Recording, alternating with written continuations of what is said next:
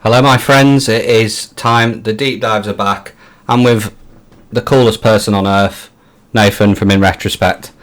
How you doing, mate? Big dog!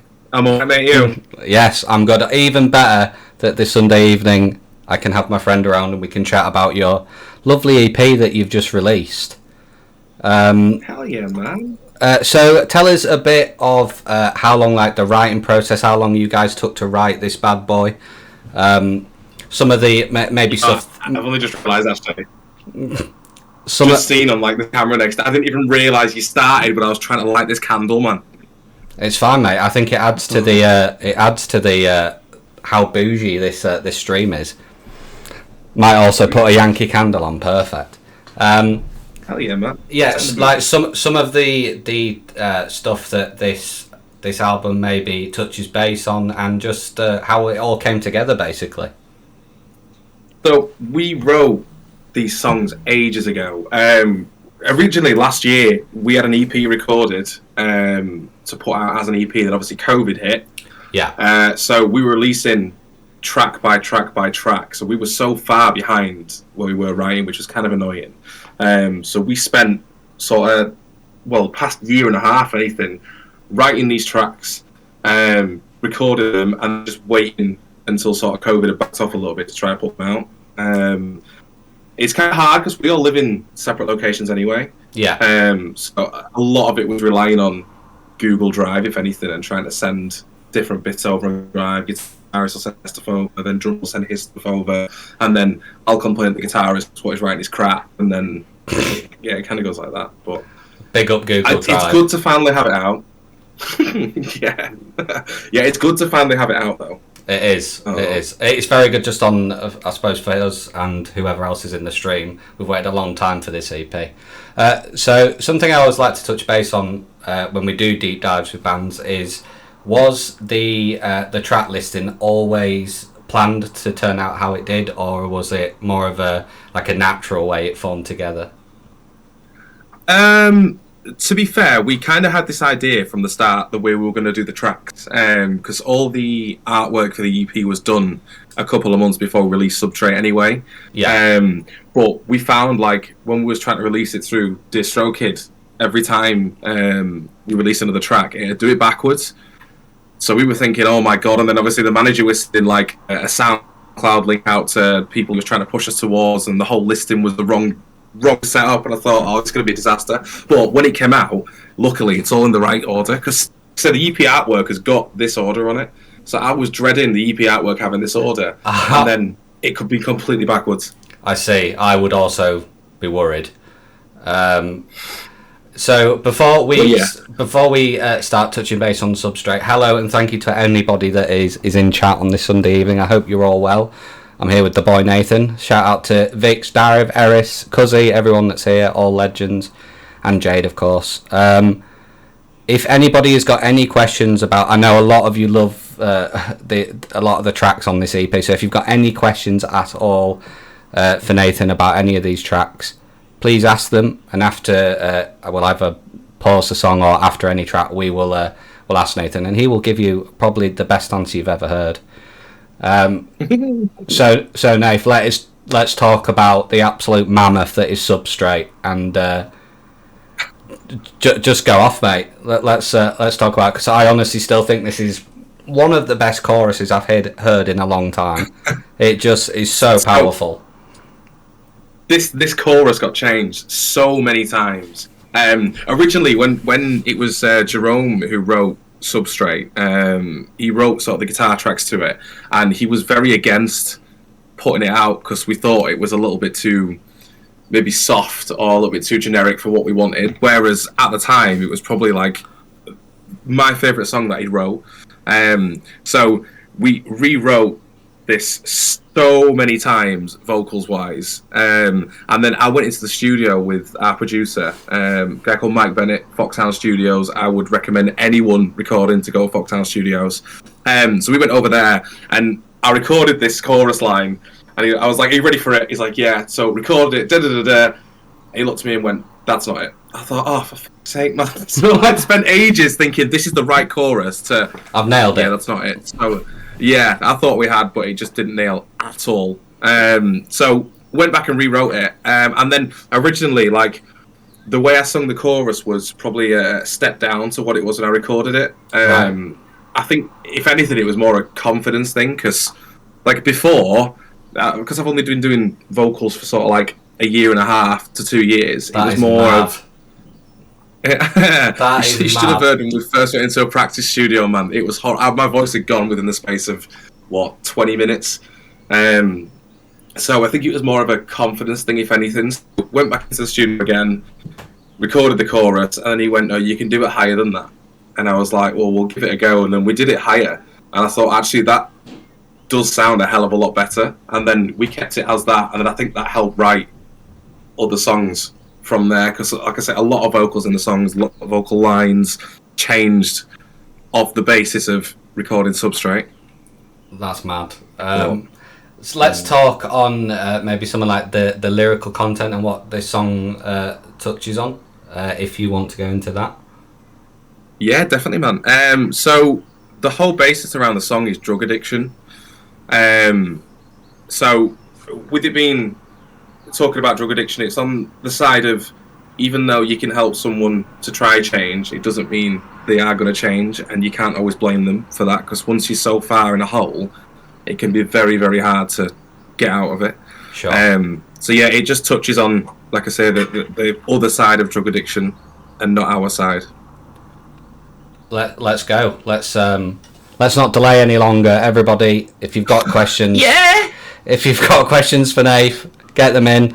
Actually, let's just start with Cousins before. Nathan, I absolutely flipping love your range. We, Jonny and Jade, saw you with the late Malice and Death Blooms in Leeds, and honestly blown away by how tight you were sounding. I agree, because yes, absolutely amazing. Thanks so much, man. Vix, also hello, welcome in, and you are hopefully going to be there at Leeds on Saturday. That would be sick. If anybody's going, no, there's a word that you need to change in there. It's you will be there on Saturday, not hopefully. I was going to say, I think there is, I would say maybe 5 or 6 people in this chat that are hopefully going. So it would be really cool if during this current state deep dive you went and bought your tickets. Just saying. The time has come, everybody. Lose your mind. It's the chorus of the century. Substrate to open up the deep dive. Keep the questions coming for Nathan if you have any. Let's party.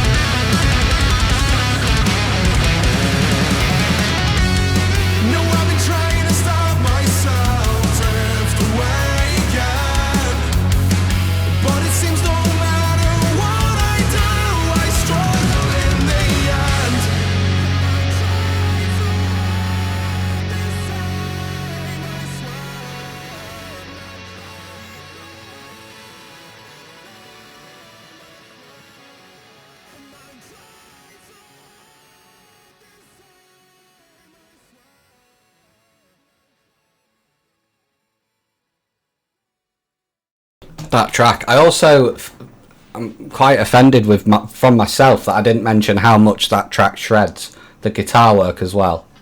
Oh, delicious. It's just got everything. I love that track so much. So you being the absolute brutal animals that you are, decided to go not only from Substrate but straight into Current State as well, because you just like murdering people with amazing vocals. Let's talk about track 2, mate. What can you tell us about this one? So we released a track year before last, I think it was, called Collide Collapse, which there was so many things happening around that track. We ended up picking a dodgy record label up, which basically ruined us at that point anyway.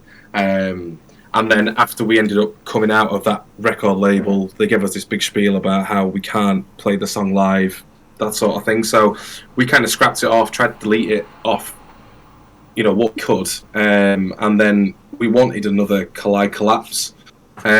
So again, Jez wrote Current State, which when I first heard it, I thought it was gorgeous.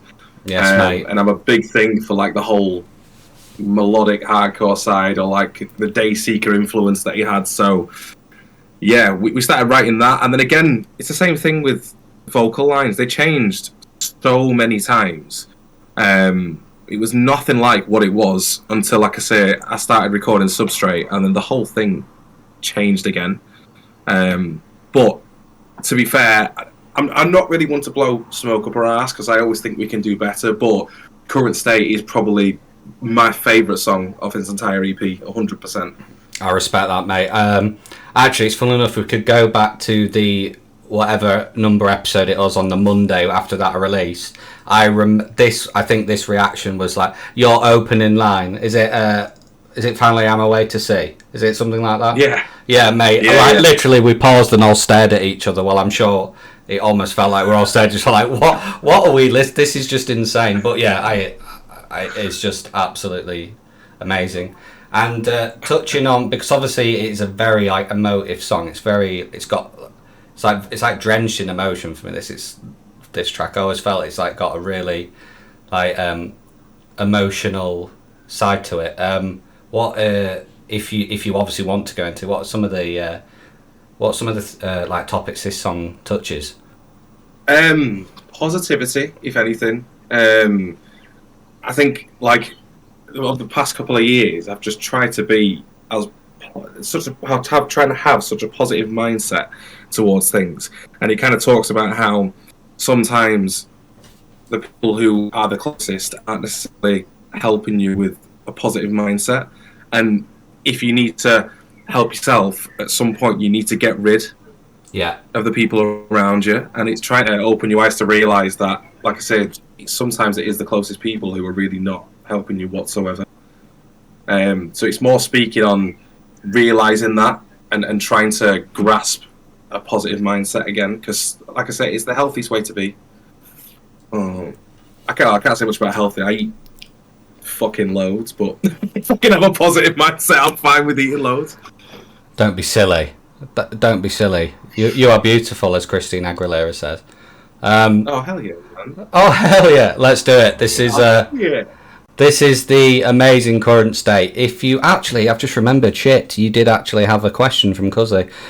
Who/what provided your inspiration to start a band? Excellent question. Rolling Stones, all the way. Oh hell yeah, I did not expect that, but I enjoy that answer. So my uncle Gaz, when I was younger, he taught me No Satisfaction on guitar, and I would just not stop singing and playing No Satisfaction by Rolling Stones. So from that, I ended up pretty much teaching myself guitar, and then play guitar in bands for a few years. Then yes, it all spurred from the Rolling Stones, man. That's really sick, mate. The first gig we ever did was a Working Men's in Tadcaster, and we had All the Small Things by Blink-182. Nice. What did we have? We did Papa Roach, which was terrible. I think the videos are still on YouTube somewhere, but I've tried so hard to get them down because they are shocking. Are you putting up cease and desist to get them down? Oh, dude, man! Like literally, I was in a red and blue checkered shirt. I was in skinny ripped jeans. You could see my yellow socks at the bottom. I had big, long, parted hair. Like that stuff is the stuff you do not want on YouTube at all. Style icon, mate. I think. Anyway, let's do it. Let's go into track 2. Keep the questions if you have any flowing. This is current state.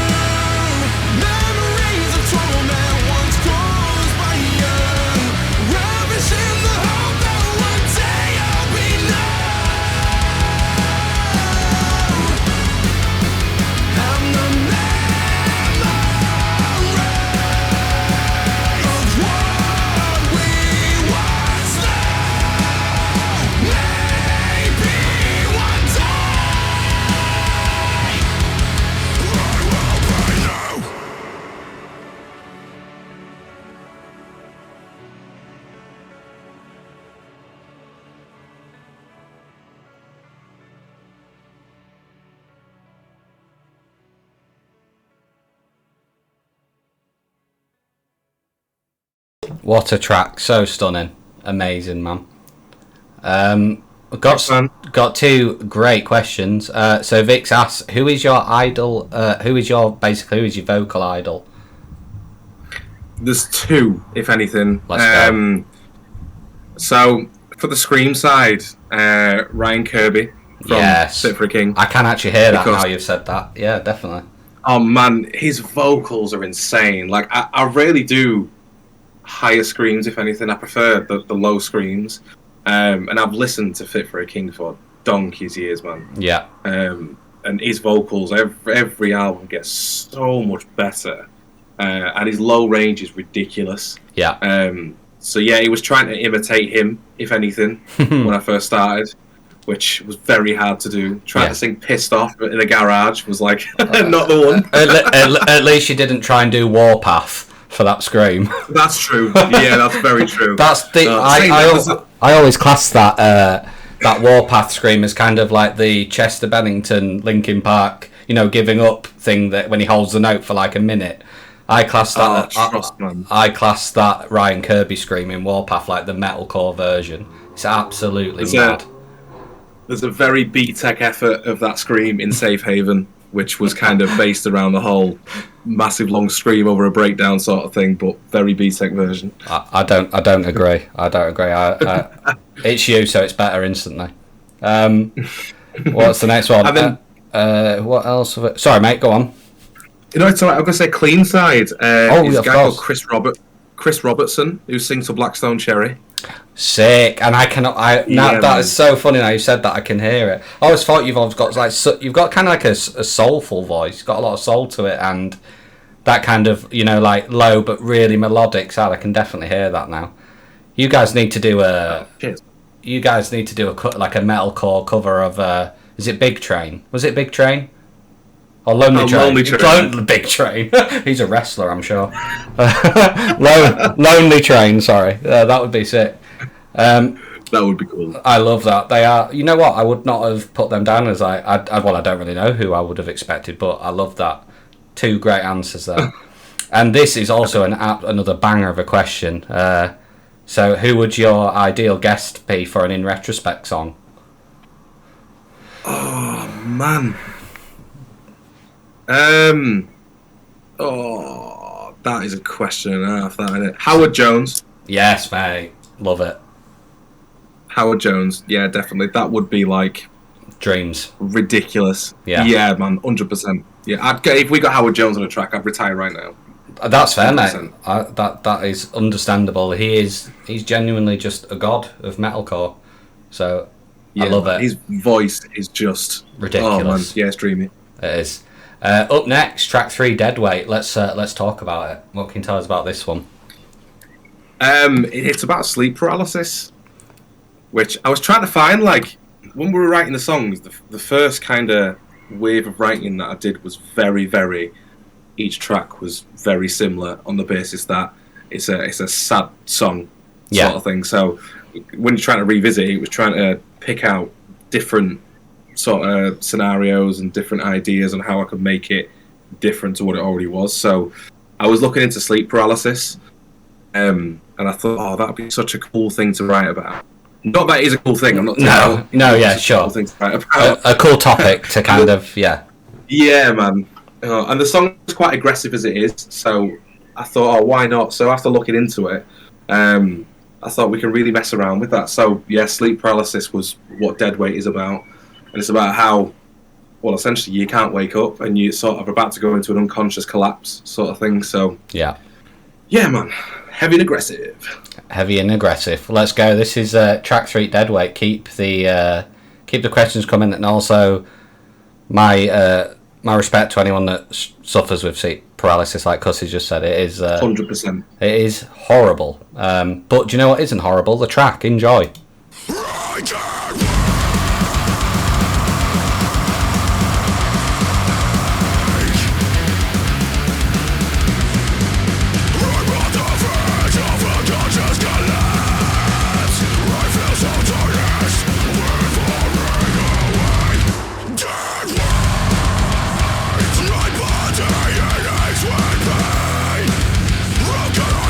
Myself when I'm stuck in this maze. Losing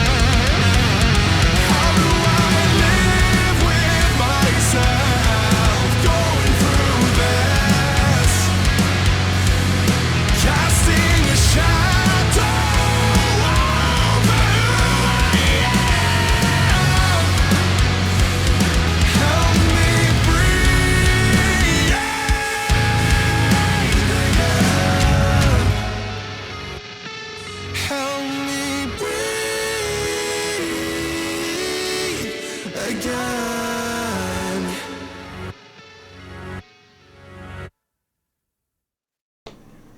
Wonderful track. Wonderful. Got some good questions in.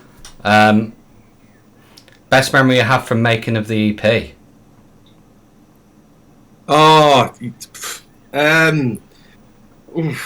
See, this is where people might see me in a different light because, frankly, it's disgusting. But I found it absolutely hilarious. So at the time, we had to rent out a drum kit because Gmo didn't have a drum kit at the time. So we went to Manchester. We waited about 4 hours outside this guy's house who we rented this drum kit off, right, to find out that he isn't going to be back in time, right? So we ended up then driving to the studio. And then we said, next morning, we're going to have to be up at about 5:30 in the morning to go collect this drum kit. So we sorted it out with the guy. And then James, Jerome, and Toby had been there for about a week because they'd obviously been tracking all the guitars, all the bass. So they were knackered because obviously they were staying at the studio, which were a couple of little bunk beds, that sort of thing. And I was fuming that I had to get up at like 5:30 in the morning to go get this drum kit. So I woke up. I woke up and I thought, everyone's sleeping, everyone's knackered. It's about probably as much asleep they've got in the past week. So I stood right in the middle of the room. I put my leg on the sofa and let out the biggest fart you've ever heard. And oh my God, everyone just woke up in an instant. James was effing and jeffing, about to throw me out the room. I was absolutely crying. I got in the car and ran off. I love it. Fun.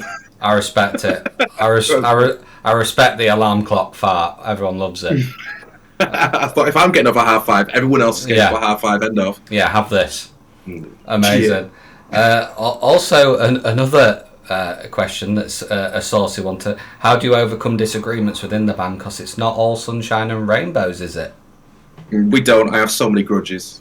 No, I'm looking. Here we go. To be fair, like, we have, like probably every other band, so many arguments over.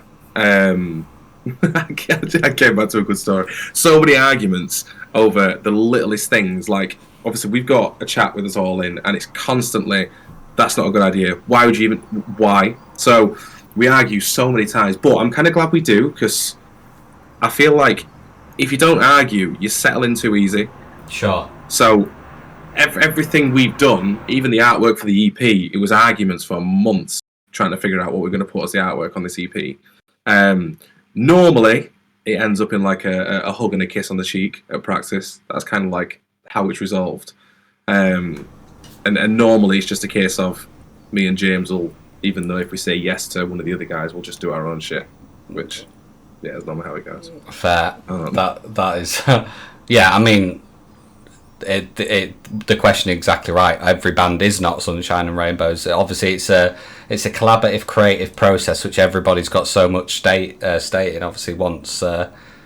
So yeah, that's all going to happen. It's all very natural. You know what? If a band gets along all the time and agrees with everything, don't know. It's probably something up there. Yeah, I think that's how you know. Like, you're going to stay as a collective, because if you can argue left, right, and centre and scream at each other and disagree, and then still be able to turn it to a practice, laughing and playing together, then you'll be fine. Like, I wouldn't, as much as the arguments are annoying, I probably wouldn't want it any other way, because I'd be fuming if I put an idea in and everyone agreed with it. Love it. Let's move on to track 4, Safe Haven. What can you tell us about this little beauty? So, originally it was about politics, if anything, and then I tried to take it away from the politics idea, because I didn't want to start causing arguments between people if people disagree with it and whatnot. So it's all about someone training your eyes to see the way they see, sort of thing. Yeah. And you waking up is sort of not what they want you to do, but you are starting to wake up. A bit like, best example I can give, Neo wakes up from the Matrix. I love it. If that makes sense. Yeah, so that's kind of the direction we were going with it. I like that. That's clever. And how like late in the process of the EP was this track written? Out of interest.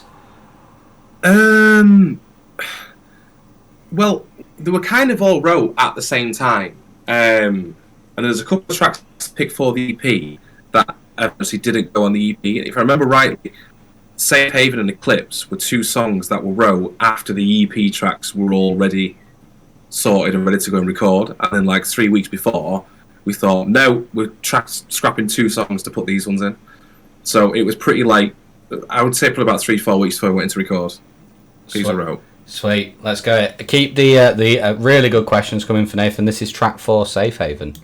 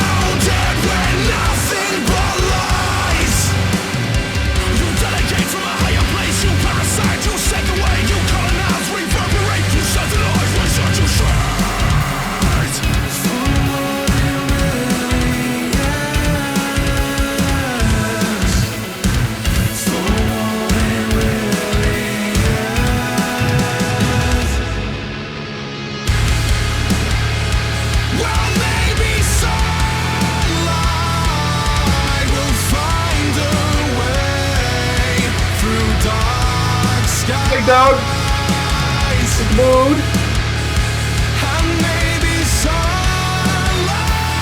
Just lock in.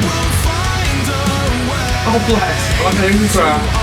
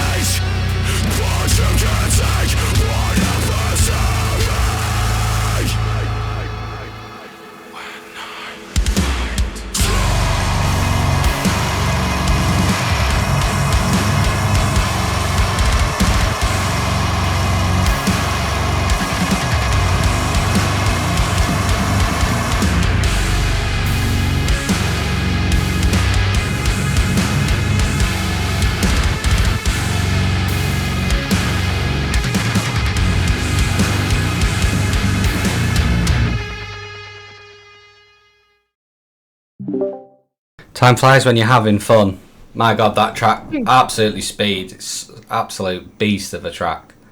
Thanks, man. I think that's when you guys are at your best, obviously, when you've got your really like aggressive vocal. Obviously, instrumentally, there's so much attack in it. You've got like the drums in this track especially. Vic's touched on it in the chat. The bass, it's on point, and then you do your heavily little vocal melody in the chorus, which is just so good. I love that track. Thanks, mate. It's all right, mate. Up next, we have track 5, excuse me. Track 5, Eclipse. This, yeah. So I do love Eclipse. Yeah, I do absolutely love Eclipse. I think in my mind, like personally, I feel like it's the best vocal track on the EP. But what was really annoying is it was all wrote in F, and I recorded the demo in F, and then James went to record it and moved everything up to F sharp, which is the little jump, but fucking vocal so high in it. I remember saying, so drop it back down to F. Drop it back down. He's like, no, he's staying in F sharp. So that was a pain in the ass, but I absolutely love it. And this touches on a very, very sore subject. The whole song was wrote as a suicide note. Right. Which we've always touched on subjects which aren't, are quite dark anyway. Of course. But it was all wrote as someone leaving a suicide note to someone else, essentially. Right. Yeah. It's. I often find you guys like obviously write really. Like even like the ones which you say are more upbeat. I always find it like always like your lyrics and your writing is very like moving. So especially with such a obviously dark and important subject matter as this. Did we have any questions? More questions? I don't know if we did. This is track 5, Eclipse. Keep the questions coming for Nathan if you have any.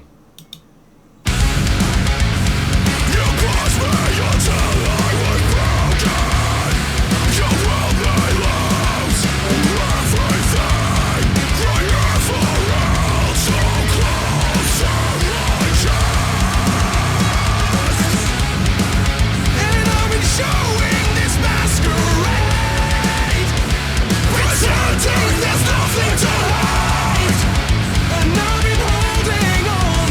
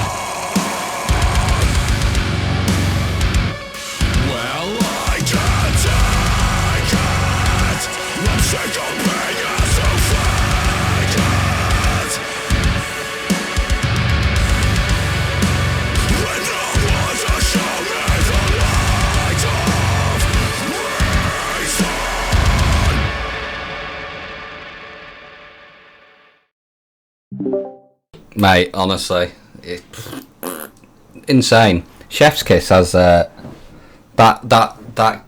descriptive powerhouse gets used a lot in this stream, but when you got transitions as good as that, it's just Chef's Kiss or Angry Swans, which we say quite often, which is Italian hands. That happens quite often.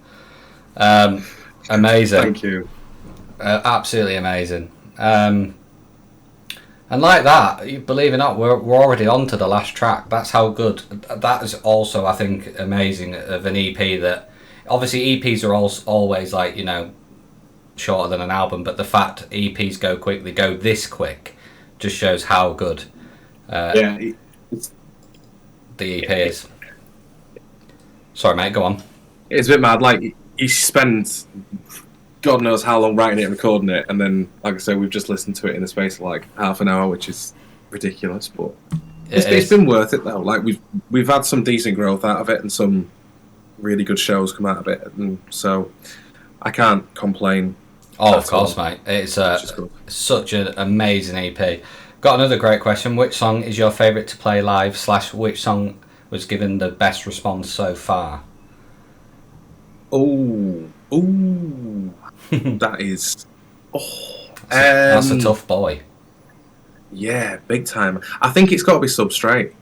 Like, it's such a bouncy song to play live. And we played with Infants, which obviously you came to. And everyone in that room was jumping, which was ridiculous to see. So it's definitely Substrate, 100%. Because every time that song comes up, it's like a pump of adrenaline. I'm ready for it. Yeah, to be fair...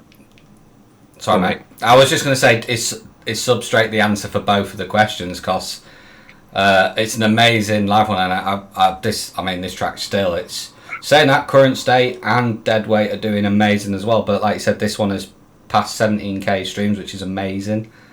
Yeah, I think it definitely has been, in my eyes, the one that's gone down the best so far. But then saying that, we only released a clips with the EP on the 10th or 9th the video came out, so I think that might start to do okay. But then again, Safe Haven's been pumping up the streams very, very quickly.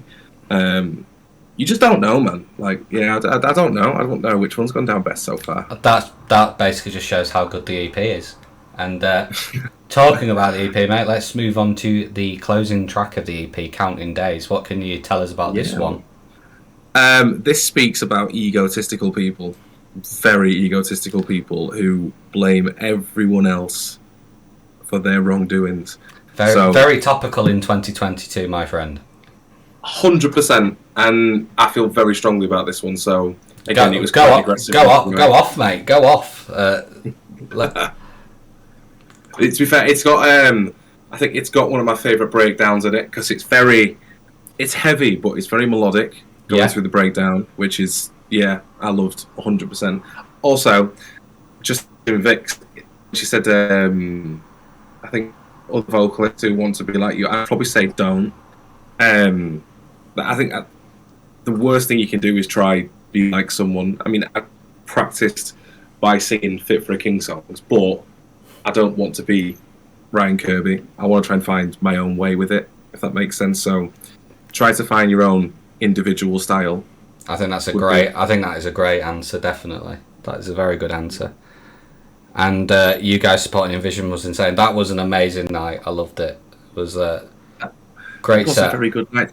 Yeah, I enjoyed that. It was a very enjoyable moment, I think, for everybody that was there.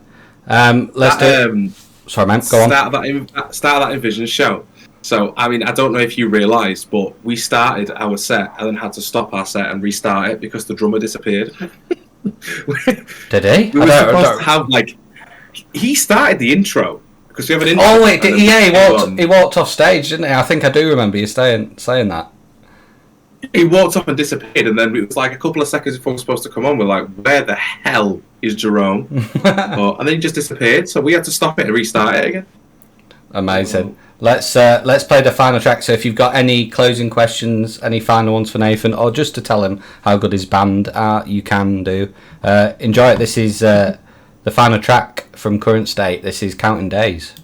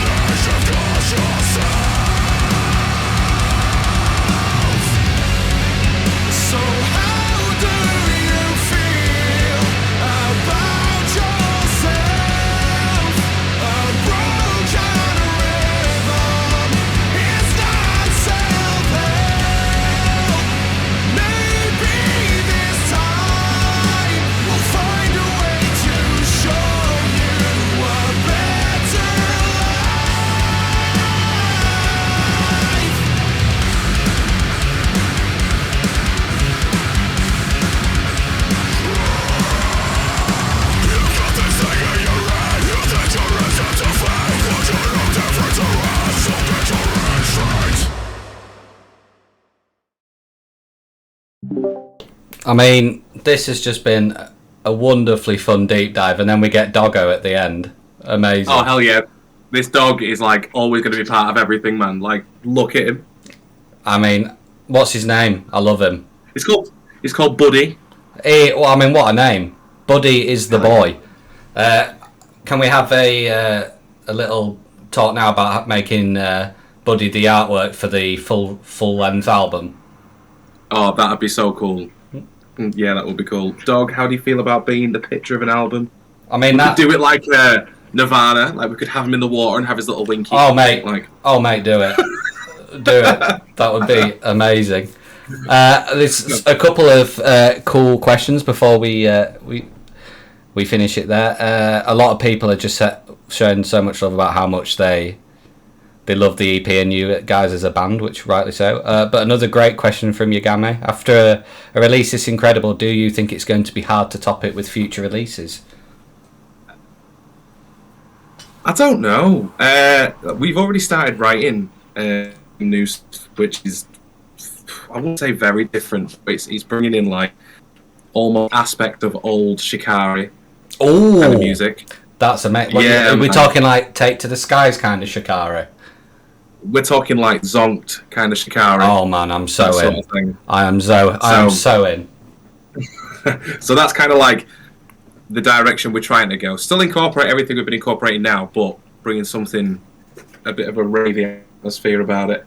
But hopefully, I mean, like everyone does, you always hope to top the last thing you've done. So, of course, fingers crossed. Yeah, fingers crossed it will. But you never know. We could release something that'd be like, nah, that's nothing compared to what current state is.